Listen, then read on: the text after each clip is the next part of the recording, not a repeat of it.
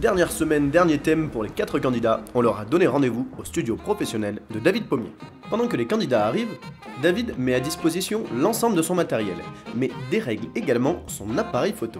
Les candidats ont donc un tout petit peu de temps pour faire connaissance avec Pamela Baumgartner, la modèle officielle sélectionnée pour ce thème, ayant gagné le concours sur Facebook. Et il n'aura pas fallu plus de temps à Jimmy pour déjà se faire remarquer. Jimmy, tu utilises un renard mort. Je suis pas fan parce que des gens se battent pour ça en photographie. Il est vrai que David ne semble pas fan de ça. En revanche, Jimmy semble plutôt à l'aise avec son renard, mais aussi avec la modèle. Mais il faudra faire attention de ne pas perdre de temps, car Jimmy et les 3 autres candidates n'auront que 30 minutes pour réaliser leur portrait. Et c'est pourquoi Morgane interviendra pour préparer la modèle, pendant que les photographes organiseront le studio et régleront l'appareil photo. Commençons par découvrir le travail de Jimmy, et vous allez voir qu'il entame ce nouveau thème avec 2 longueurs d'avance.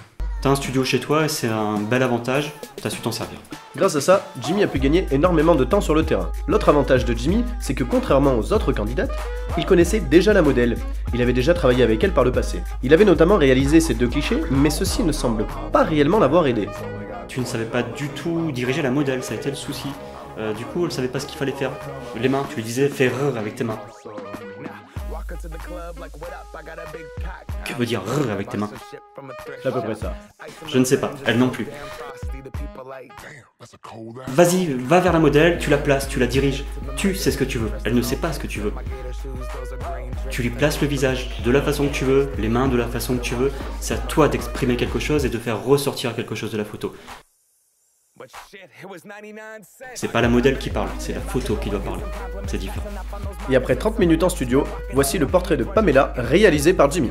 Voilà, pour Jimmy, c'est fait. C'est au tour d'Amandine maintenant. Et on va laisser le temps à Pamela de se recoiffer pour mieux comprendre comment Amandine a appréhendé ce thème. Amandine, pour le portrait, tu te déstabilises assez vite. Et ce n'est pas nouveau, car la semaine passée avec le light painting, Amandine n'était pas à l'aise non plus. Les conseils, tu les entends pas forcément, tu les prends plus comme des critiques. Il va falloir que tu prennes sur toi parce que les critiques font avancer, elles sont constructives. Vraiment, avance dans ce sens en écoutant ce qu'on peut te dire. Les talents d'Amandine sont pourtant incontestables. Depuis le début de l'aventure, elle ne cesse d'évoluer. Mais David a bien cerné la bête noire d'Amandine. Elle manque d'assurance et de confiance en elle. Malgré tout, David estime énormément son travail. T'as bien bossé, pas suffisamment à mon avis sur l'éclairage et comment le placer.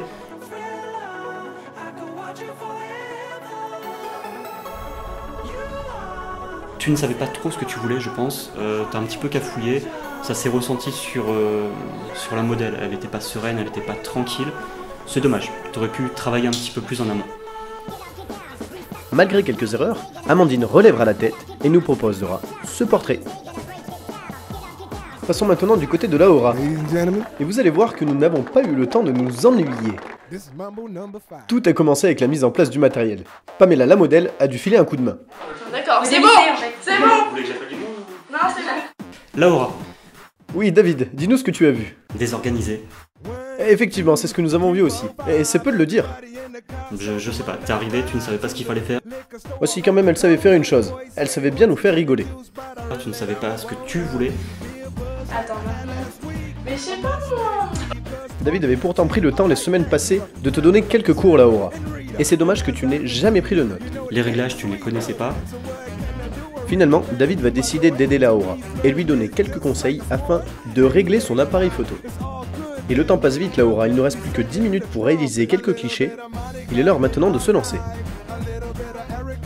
Les premières idées de Laura ne semblent pas convaincre David. Et lorsque finalement Laura pense avoir décroché une bonne idée, ça donne ça.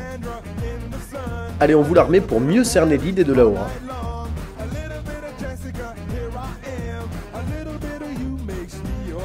Donc du coup, la modèle ne savait pas ce que tu voulais et elle ne savait pas ce qu'il fallait faire. Et oui, parce que pendant tout ce temps-là, Pamela attendait les consignes de Laura qui n'étaient pas tout le temps très claires. Je suis un petit peu déçu. Notre professionnel est déçu mais aussi perplexe face au travail de Laura. Voici d'ailleurs le résultat de son portrait. Finissons ce dernier épisode avec Elodie, la première challengeuse de Jimmy. Elle a décidé de faire porter à la modèle quelque chose de simple et raffiné, un simple haut en dentelle.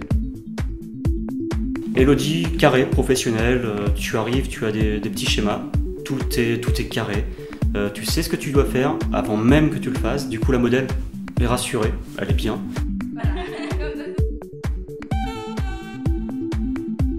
Ça se lit sur son visage, elle est épanouie.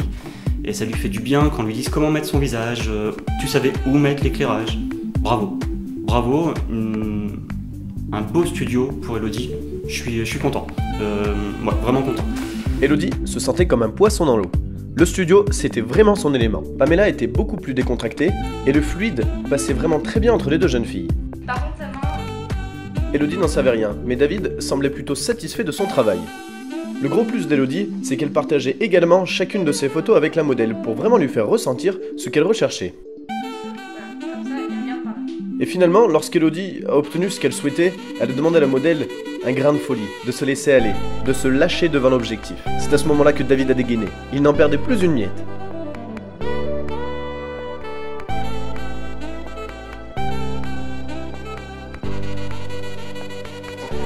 Mais là, je branche de rien. Et c'est finalement ensemble qu'elles décideront la photo qu'Elodie travaillera en post-production. Voici le résultat. Et commençons le tour des notes par Jimmy. J'aime beaucoup cette photo et je trouve qu'il a bien respecté le côté bestial. L'idée d'avoir utilisé un renard, mais pourquoi pas l'avoir mis plus en valeur, c'est dommage. Parce que j'ai trouvé cette photo très sensuelle. C'est vrai qu'en originalité, Jimmy a bien joué. Voyons voir ce que les candidats pensent de sa technique. Je trouve qu'il manque un peu au niveau de la retouche de la peau du modèle. Car pour moi, ton modèle est un peu trop éclairé, pourquoi avoir pas plus joué sur les ombres pour faire sortir son côté sauvage. Note finale pour Jimmy, 6,9. Ce n'est pas une très bonne note pour lui et les autres candidats pourraient bien en profiter. Laura obtient un triple 6 en originalité. Je trouve que t'as pris une veste en jean et t'aurais pu aller plus loin.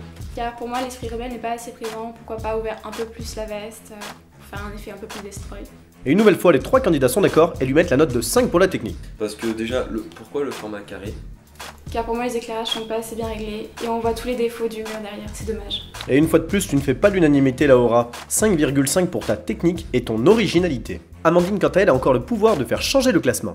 T'as une bonne idée et t'as bien joué sur la sensibilité. C'est un peu sobre au niveau de la pose du modèle. L'idée avec le drap, ça rentre très bien. Mais quelques erreurs techniques vont faire perdre le thème à Amandine. La photo est trop sombre au niveau des cheveux, donc il n'y a pas assez de détails.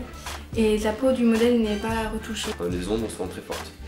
T'aurais dû peut-être tourner ton modèle et prendre un réflecteur. J'aurais mis plus de lumière de l'autre côté, enfin du côté gauche, car ses cheveux sont pas assez éclairés, ça enlève du détail. Amandine se retrouve juste derrière Jimmy avec 1/10 de point de retard. Tout s'est joué sur la technique, c'est vraiment dommage. Il reste encore Elodie, qui n'a pas encore abattu ses dernières cartes. C'est une très bonne idée d'avoir utilisé la dentelle, mais peut-être un portrait un peu trop simple. C'est la seule qui a laissé en couleur, et puis ça donne bien en fait aussi. Une prise de risque qui va être payante pour Elodie, malgré une erreur de cadrage. Parce que t'as coupé les cheveux. T'as 3 mèches de cheveux qui sont coupés, mais je trouve que ça joue beaucoup dans la photo, quoi. Cette semaine, Elodie réalise un coup de théâtre. Avec la note de 7,2, elle coiffe Jimmy au poteau. Focus dans un premier temps sur le classement de la semaine. Forte de son expérience, Elodie a su pour la première fois détrôner Jimmy et Amandine, régulièrement installés à la première place. Laura, quant à elle, a renouvelé son forfait illimité sur la 4ème marche. C'est bientôt la fin et rien n'est joué, Jimmy conserve encore sa première place avec 20 points. Juste derrière lui, avec 19 points, Elodie, 2ème.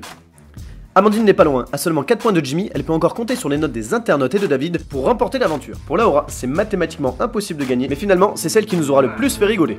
Mesdames, mesdemoiselles, messieurs, rien n'est encore joué. Vous pouvez tout changer. Le trio de tête se tient dans un mouchoir de poche. Vous avez encore le pouvoir de voter et faire gagner votre candidat préféré. Concernant David Pommier, il annoncera officiellement sa note pour les reportages le soir des résultats. Durant cette soirée, vous découvrirez donc en exclusivité le reportage des candidats, mais également les making-of et best-of des 2 mois de tournage. Vous aurez également l'opportunité de rencontrer nos 4 candidats ainsi que le professionnel de l'aventure pour échanger et partager leur expérience. Un cliché presque parfait, c'est bientôt terminé. Et bien plus qu'un simple projet, c'est devenu une opportunité pour les 4 candidats engagés dans l'aventure. Alors famille, amis, fans et followers, venez découvrir le 30 août à la salle des fêtes de Moulins en exclusivité le photographe amateur presque parfait de l'année.